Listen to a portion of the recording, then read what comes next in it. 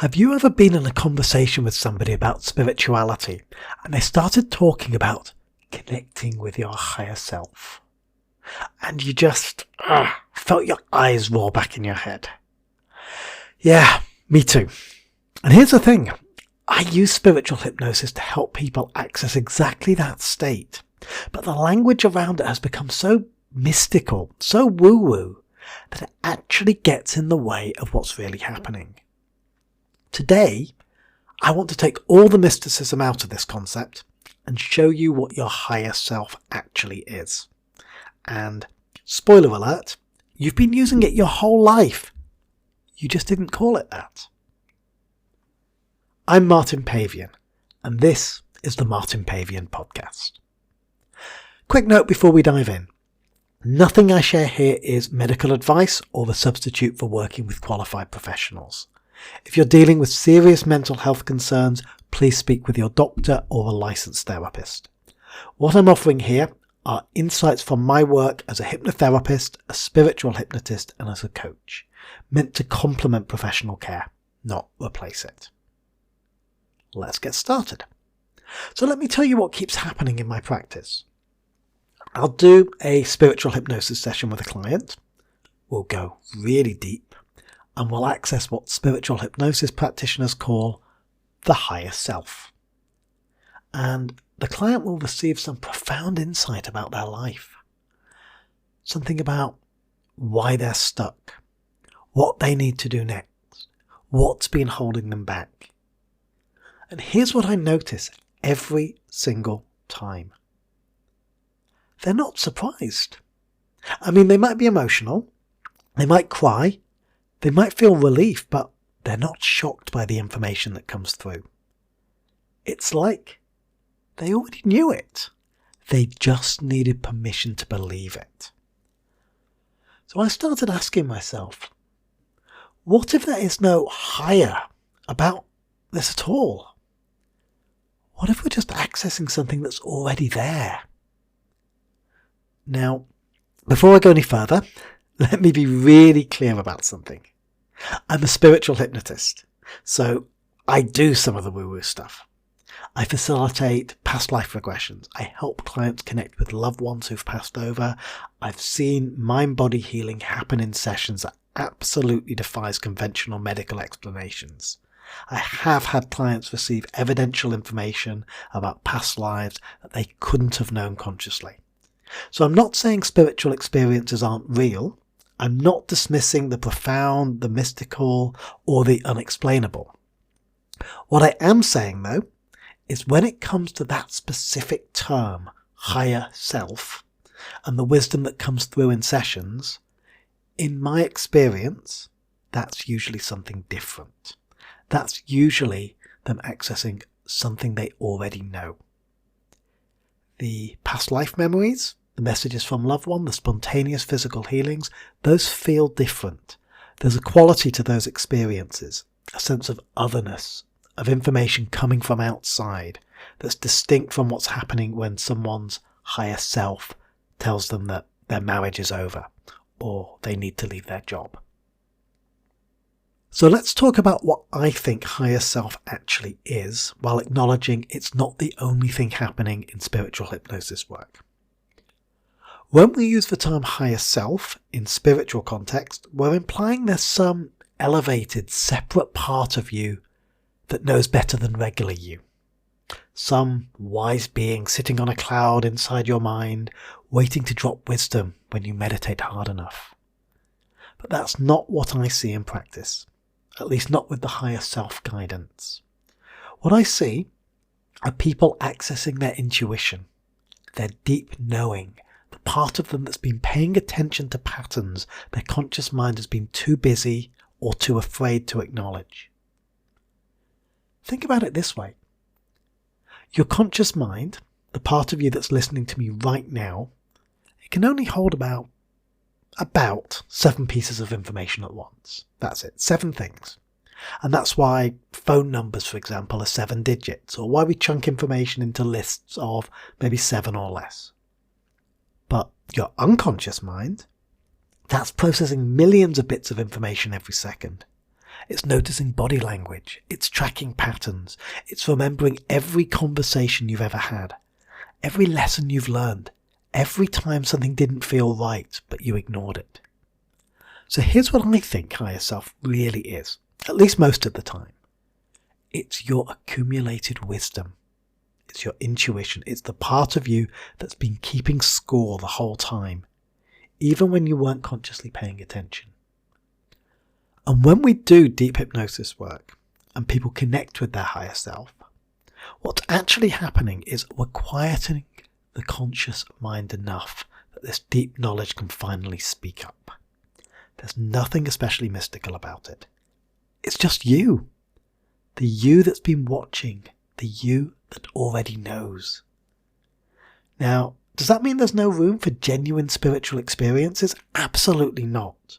When a client describes a past life with specific historical details they've never studied, when they receive a message from a deceased loved one that includes information they couldn't have known, when physical symptoms resolve in a session in ways that make no medical sense, that's something else entirely. That's where I genuinely don't know what's happening and I'm comfortable holding space for mystery. But higher self-wisdom about your current life, that almost always feels like intuition finally being heard. Let me give you an example, and I'll use a composite here to protect the client confidentiality. I had a client, okay? Let's call her Jennifer. High achieving professional, came to me because she was at a crossroads in her marriage. Couldn't decide whether to stay or leave. She felt paralyzed. We did a spiritual hypnosis session, and I facilitated her to connect with her higher self and ask for guidance about the marriage. And immediately, without hesitation, she said, "I've known for 3 years it's over. I just didn't want to admit it because then I'd have to do something about it." Now here's the thing. She wasn't surprised by that answer. She didn't sit up and go, "Wow, my higher self just told me something I never knew." She cried because she'd been carrying that knowledge for 3 years and pretending she didn't know. And finally having permission to say it out loud in a safe space with somebody who wasn't going to judge her for it, that was her breakthrough. The higher self didn't tell her anything new. It just gave her permission to acknowledge what she already knew. Now compare that to a different client. We'll call him James. He did a past life regression, described being a soldier in World War I, gave me specific details about a battle, a location in France, the name of his regiment, details he had no conscious knowledge of. We did later verify that these were historically accurate. Now these two experiences feel completely different. The higher self-guidance about the marriage, that was Jennifer's intuition, her accumulated wisdom, the parts of her that had been keeping score for 3 years. The past life information, I genuinely don't know what that was. It might have been a past life, it might have been accessing collective consciousness, it might have been something else entirely, but it wasn't just his intuition. There was information that he couldn't have known. So why do we lump them all together under higher self? I think, really, it's just because the term is so vague. It can mean anything, and that vagueness makes it both appealing and confusing. For some people, higher self means intuition.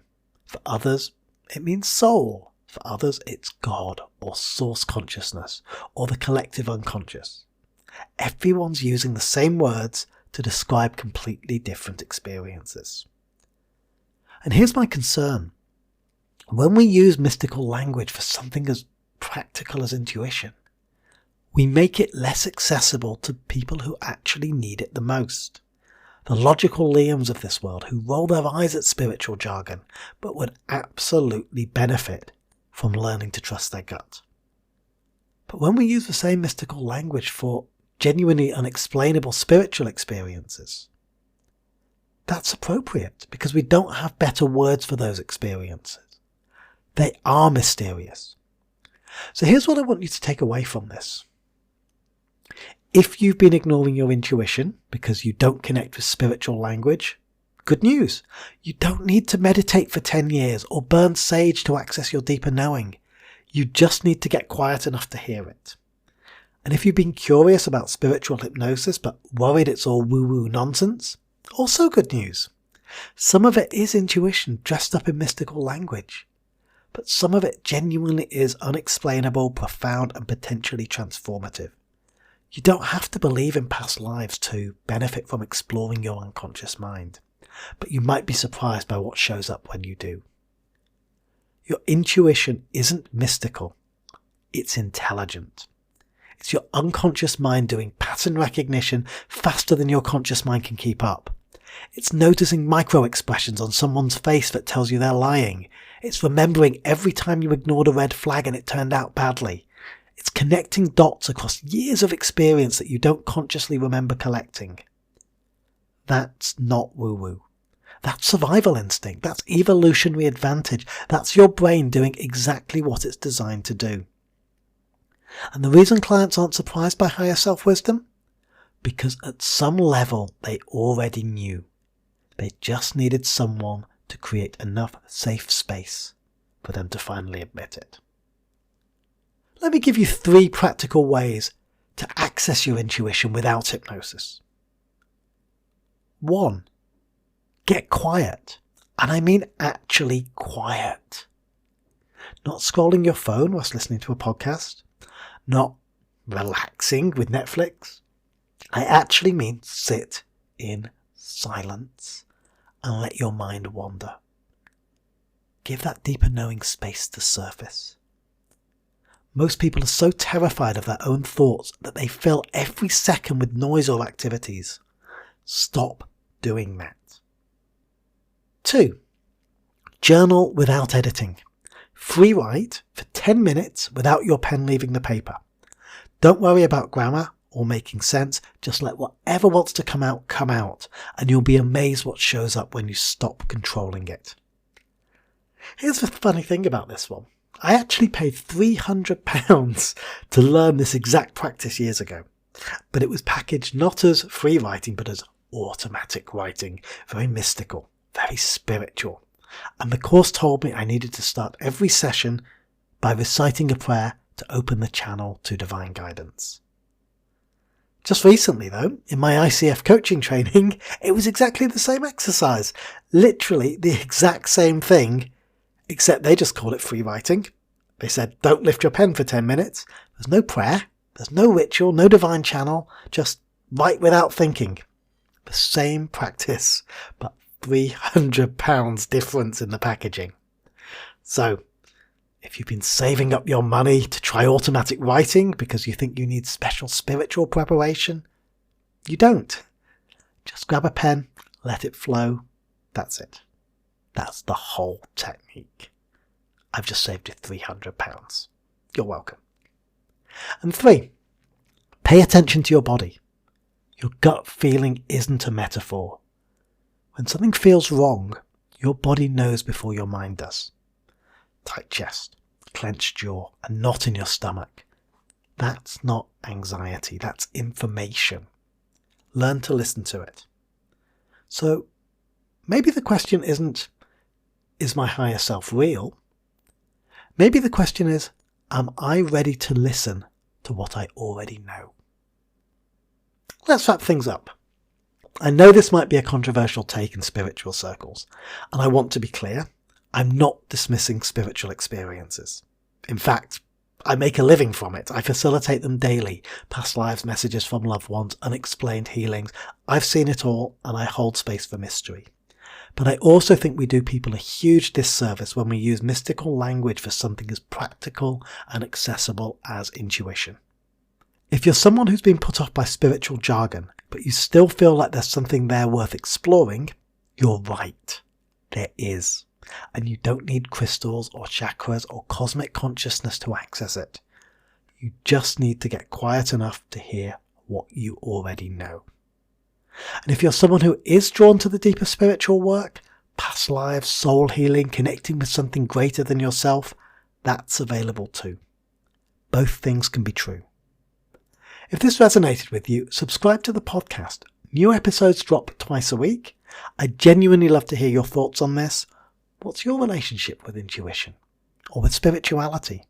Send me a message at martin@martinpavian.com. And if you're at a crossroads and you're ready to explore how coaching and hypnotherapy and spiritual hypnosis can help you, whether that's accessing your intuition or exploring something more spiritual, visit martinpavian.com for a free 20-minute clarity call. No pressure, no sales pitch, just a conversation about where you are and where you want to be. I'm Martin Pavian. Thanks for listening.